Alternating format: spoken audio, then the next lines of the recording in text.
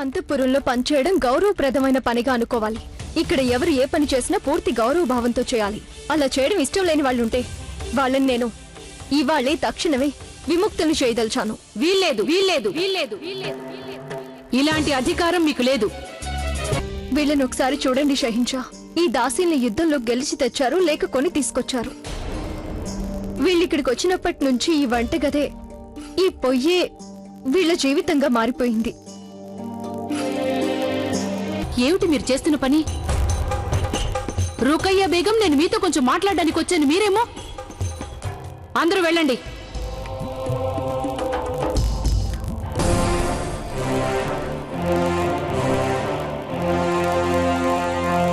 హెచ్చరించాను, నేను ఇంతకు ముందే హెచ్చరించాను.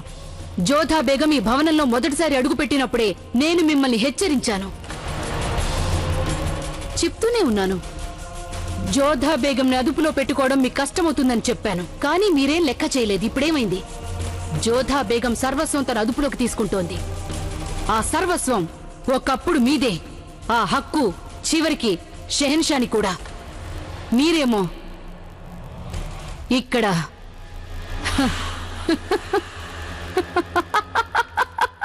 మీరెందుకలా నవ్వుతున్నారు?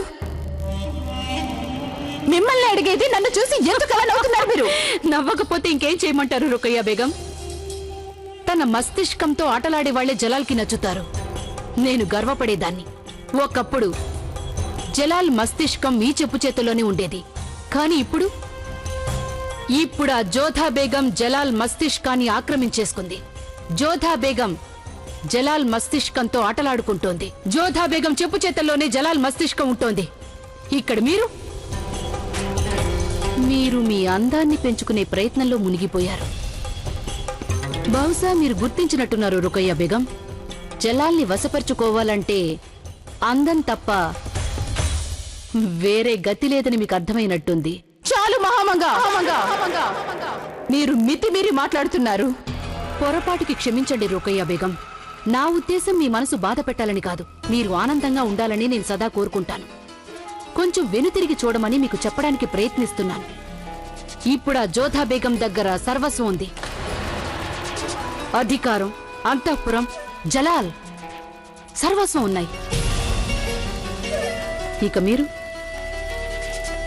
మీ దగ్గర ఏమీ మిగలేదు రుకయ్య బేగం. పోన్లేండి, ఇక నాకు సెలవిప్పించండి రుకయ్య బేగం. ఖుదాఫిజ్.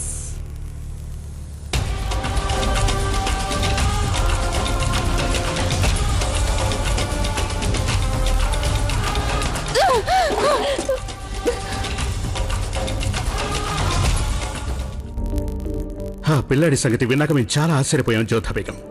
నిజంగా మా సామ్రాజ్యంలో ఇలా జరుగుతుందని మాకు తెలియదు. సామ్రాజ్యంలోనే కాదు, అంతఃపురంలో కూడా ఇలాంటివి జరగటం బాధగా ఉంది. ఇవెవరూ మీ దృష్టికి తీసుకురాలేదు. మీరేమో యుద్ధంలో గెలిచి ముందుకు సాగిపోతారు, ఖైదీలంతా వెనక్కి ఉండిపోతారు. వాళ్ళలో కొందరు సైనికులుంటారు, మరి కొందరు ప్రజలుంటారు.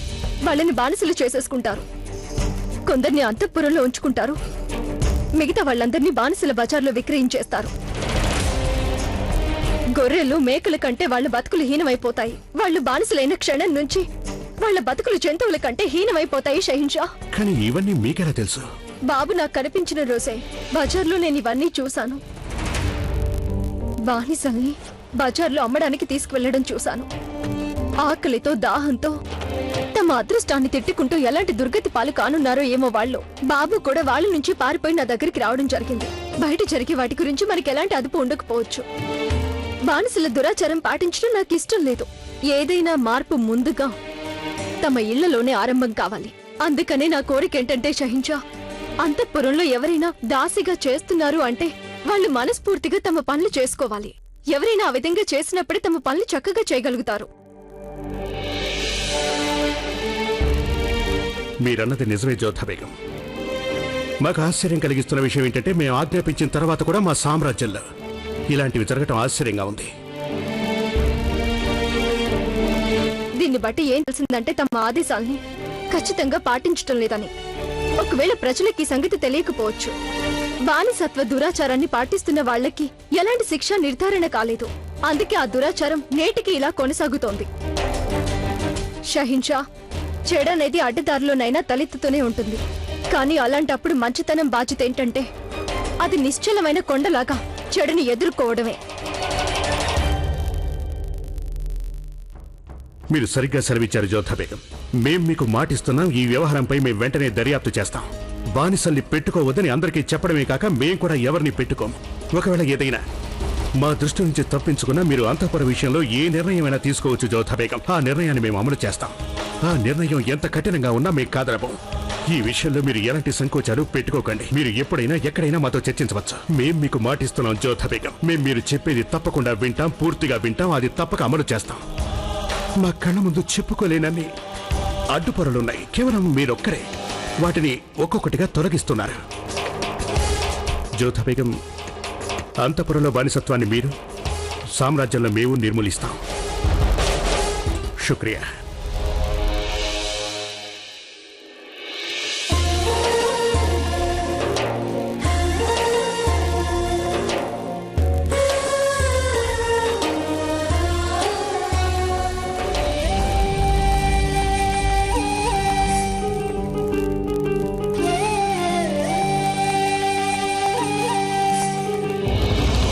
ఇవాళ ఉత్సవం వల్ల కాపలా ఏర్పాట్లు చాలా కట్టుదిట్టంగా ఉన్నాయి.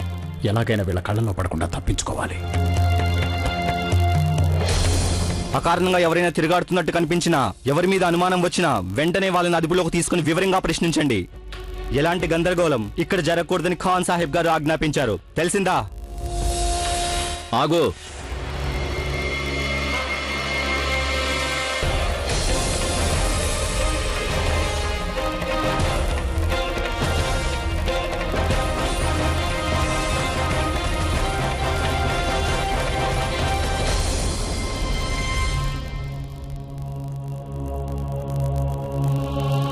ఇక్కడ ఎందుకు తిరుగుతున్నావు? ఈ ప్రాంతంలో ఉండకూడదు, వెళ్ళు.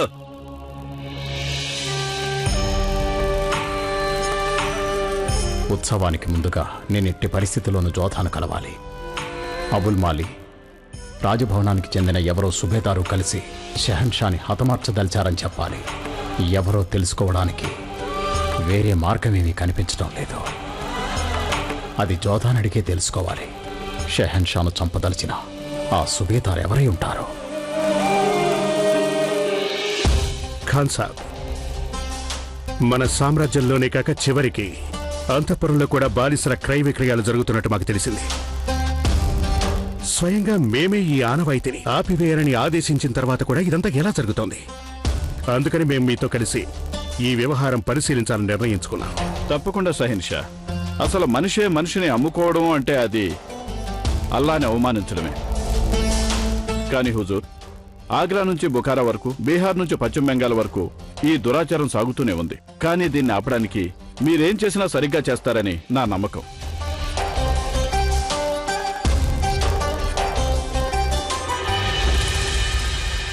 రండయ్యా, రండి.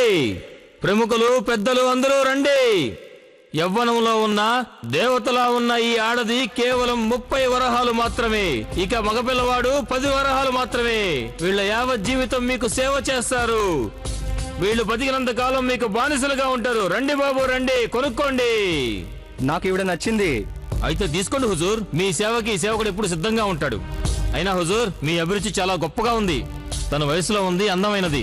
చూడగానే విలువ తెలుసుకున్నవాడు, నిజంగా తెలివైనవాడు. మీరు అడిగారు కనుక కేవలం 20 వరహాలే. చాలా ఎక్కువ. నేను 15 వరాలే ఇస్తా. హుజూర్, ఈ దాసుడు బతకడం గురించి కూడా ఆలోచించండి. కనీసం 18 ఇవ్వండి. 16 కన్నా ఒక్క మొహిరి కూడా ఎక్కువ ఇవ్వను. ఓ పని చేద్దాం. మీ మాట కాదు, నా మాట కాదు, 17 వరాలు ఇవ్వండి. రండి, తీసుకుపోండి.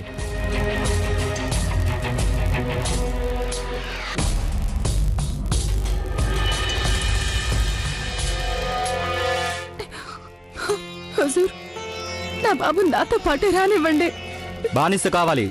నాకు సేవ చేసే బానిస. నీకేం పిచ్చి పట్టిందా? వీణ్ణి కూడా వెంట పెట్టుకపోతే నువ్వు రోజంతా వీణ్ణే పట్టించుకుంటూ ఉంటావు. లేదు హుజూర్, వీడి వల్ల మీకు ఎలాంటి ఇబ్బంది రాదు హుజూర్. ఎందుకు రాదు? వాడికి తిండి గుడ్డ అక్కర్లేదా? అరే మూర్ఖుడా, వదులుతాన్ని. తీసుకుపోండి హుజూర్. బానిసలు బానిసత్వం చేయాలి. వాళ్ళకి బంధాలు బంధుత్వాలు పనికిరావు. వద్దు హుజూర్, ఇది సరైన సమయం కాదు.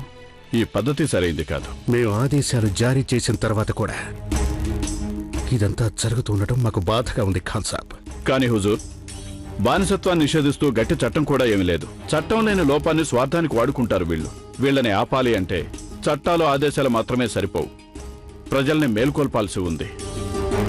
ఏం చేసైనా సరే ఖాన్ సాబ్ ఈ నీచమైన కార్యకలాపాన్ని నిరోధించాలి. అంతేకాకుండా మా ఆదేశాల్ని అతిక్రమించిన వాళ్ళందరినీ మేము శిక్షించదలిచాం. అవును హుజూర్. పదండి.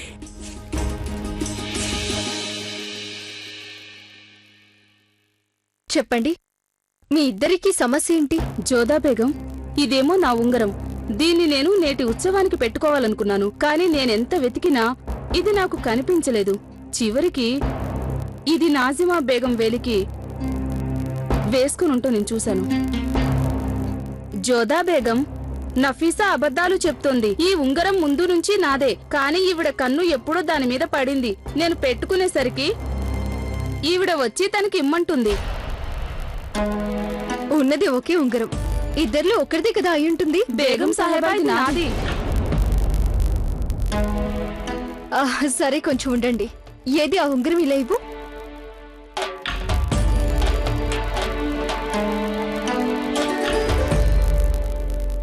సరే, దీని గురించి అధికారులతో మాట్లాడతాను. వాళ్ల వద్ద ఏ వస్తువు ఎవరికి ఎప్పుడిచ్చారో అన్ని వివరాలు రాసుంటాయి. అప్పుడు ఇది అసలు ఎవరిది అనేది స్పష్టంగా తేలిపోతుంది. దాన్ని బట్టి వారికి తిరిగిచ్చేస్తాను. సరేనా? ఇక మీరు వెళ్ళండి. జోధా, ప్రణామాలు అత్తయ్య గారు. ప్రణామాలు సలీమా బేగం. ఇవాళ ఈ ఉత్సవాన్ని నీకోసమే ఏర్పాటు చేశారు. ఇక నువ్వు చూస్తే ఇంకా అంతఃపుర వ్యవహారాల్లోనే నిమగ్నమై ఉన్నావా? కాసేపైనా నువ్వు విశ్రాంతి తీసుకోకపోతే సాయంత్రానికి నీ మొహంలో కళాకాంతులే ఉండవు. ఇక మీరు ఇలా ఫిర్యాదులు చేయటమే మీ పనా? ఉత్సవానికి సిద్ధం అవరా మీరు కూడా? జోధా, జలాలేమో ఇంత పెద్ద ఉత్సవాన్ని నీకోసమే ఏర్పాటు చేశాడు. అత్తయ్య గారు, ఆయన నాకోసమే ఉత్సవాన్ని ఏర్పాటు చేస్తే అది నాకెంతో గౌరవప్రదం. కానీ అంతఃపుర బాధ్యతలు కూడా నాకు ఆయనే కదా అప్పగించారు. అందువల్ల ముందుగా పని, ఉత్సవానికి సిద్ధం కావడం తర్వాత విషయం. పని మీదున్న నీ శ్రద్ధను చూస్తే నాకు ఎంతో గర్వంగా ఉంది జోధా. సలీమా బేగం ద్వారా ఇవాళ నువ్వు తీసుకున్న నిర్ణయం గురించి నాకు తెలిసింది. జలాల్ కూడా నిన్నే సమర్థించడం తెలిసి సంతోషంగా ఉంది. మీరు చేసిన మంచి పనికి ఆనందిస్తూ అత్తయ్యగారు మీకోసం కానుకలు తెచ్చారు జోదా బేగం.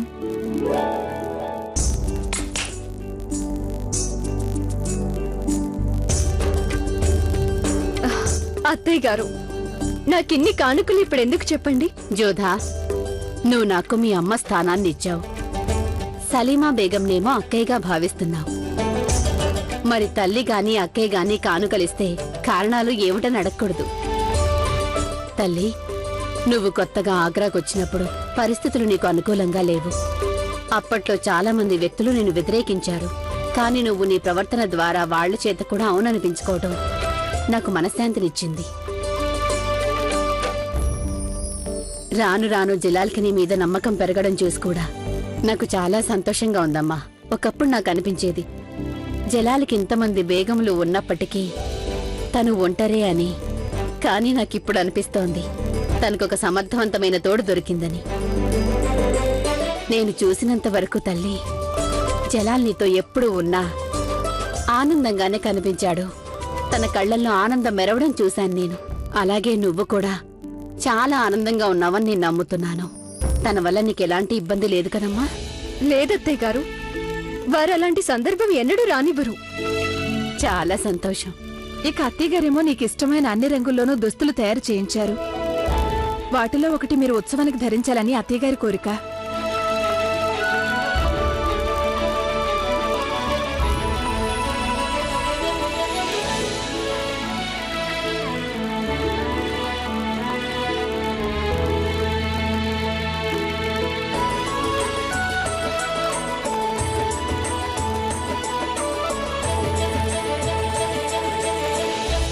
సంగతి ఏర్పాట్లన్నీ అయినట్లేనా? అన్నపానీయాలకి అన్ని ఏర్పాట్లు జరిగిపోయాయి హుజూర్. అలాగే ప్రజల కోసం కూడా పిండి వంటలు సిద్ధం చేశాం. వినోదానికి అన్ని ఏర్పాట్లు జరిగిపోయాయి. కళాకారులని, ప్రదర్శకులని కూడా సిద్ధంగా ఉంచాం. సంతోషం. మీరు ఎలాంటి లోటు లేకుండా చూసుకోండి. చిత్తం హుజూర్. ఆదా. చూస్తే ఆయనేదో పెద్ద పదవిలోనే ఉన్నట్టుంది. షెహన్షా గారి మీద దాడికి అవకాశం ఉందని ఇతనికి తెలియచేయవచ్చు.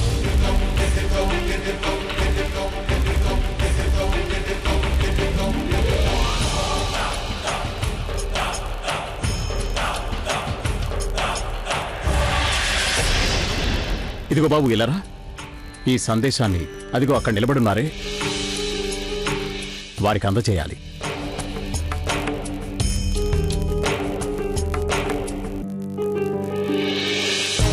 వాళ్ళనేం చేశారు? బహిరంగంగా బానిసలు నమ్ముతున్న వాళ్ళు ఏమయ్యారు? వాళ్ళందరినీ బంధించడం జరిగింది, కానీ వాళ్ళు కేవలం అమ్మేవాళ్ళు మాత్రమే అన్నట్టుగా ఉంది. షహన్షా గారి ఆదేశం ప్రకారం ఈ వ్యాపారం వెనక ఎవరున్నారో కనుక్కోవాలి. ఆదేశాలను పాటిస్తాం. ఎక్కడికి వెళ్తున్నావు? ఆగో. రానివ్వండి ఆ కుర్రాన్ని.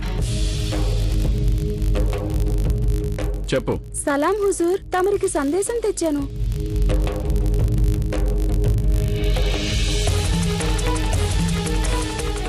అబుల్ మాలిక్ ఎవరో సుబేదార్ తోడయ్యాడు. వాడెవడై ఉంటాడు? అలా వెన్నుపోటు పొడుస్తున్న వాడెవడు? ఇది జోధాని తప్ప ఇంకెవరిని అడగలేం. నేను ఈ ఘోరం ఎన్నటికీ జరగనివ్వను. చెల్లెలి పసుపు కుంకుమలు తుడుచుకుపోనివ్వను. ఎవరిచ్చారు ఇది? ఆ పిల్లవాడు చూపిస్తున్న చోటుకి వెంటనే వెళ్ళండి. ఈ సందేశం పంపిన వ్యక్తిని పట్టి తీసుకురండి. ఏమైంది హుజూర్? ఎలాంటి సమస్య లేదుగా? ఉంది. మనం అప్రమత్తంగా ఉండాలి. కాపలాన్ని మరింత పెంచు. అలాగే అందరికీ తెలియజేయి. ఎవరి మీద అనుమానం కలిగినా వెంటనే బంధించమని చెప్పు. వెళ్ళండి. రండి, అంతా రండి, నాతో రండి, త్వరగా.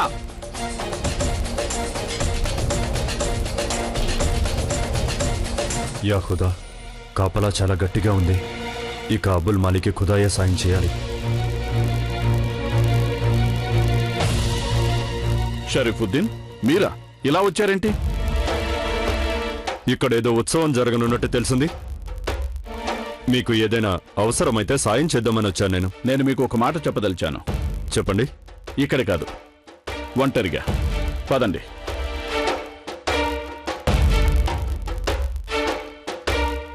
ఇప్పుడే నాకు సమాచారం అందింది. ఇవాళ రాత్రి అబుల్ మాలి షహన్షా మీద దాడి చేయనున్నట్లు. ఏంటి? నిజమా? మీరు చెప్పేది నిజమేనా? నిజమే, పూర్తిగా నిజమే. మీకు దీని గురించి ఎలా తెలిసింది?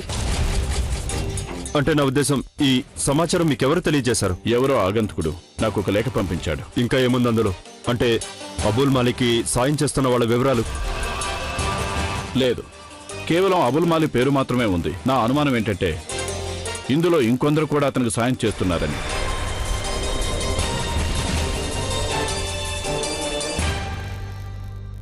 మీరు సరైన సమయానికే వచ్చారు. నా ఉద్దేశంలో మాకు మీ సహాయం అవసరం అవుతుంది. నేను మిమ్మల్ని షహన్షా భద్రత కోసం నియమిస్తున్నాను. షహన్షాకి భద్రత కల్పించడం నాకు ఎంతో గర్వించదగిన విషయం. పప్పులో కాలేశారు మీరు షంషుద్దీన్ ఖాన్ సాబ్. దొంగ చేతికే తాళాలిచ్చేశారు మీరు. యా ఖుదా.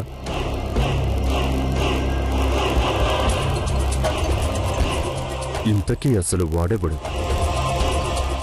మా పథకం సంగతి తెలుసుకున్న వ్యక్తి ఎవరు? వాణ్ణి వెతికి పట్టుకోవాలి. హుజూర్, రుకయ్య బేగం గారికి చేముకుంటున్నట్టయినా లేదు. మధ్యలో మీరెందుకు కలవరపడుతున్నారు?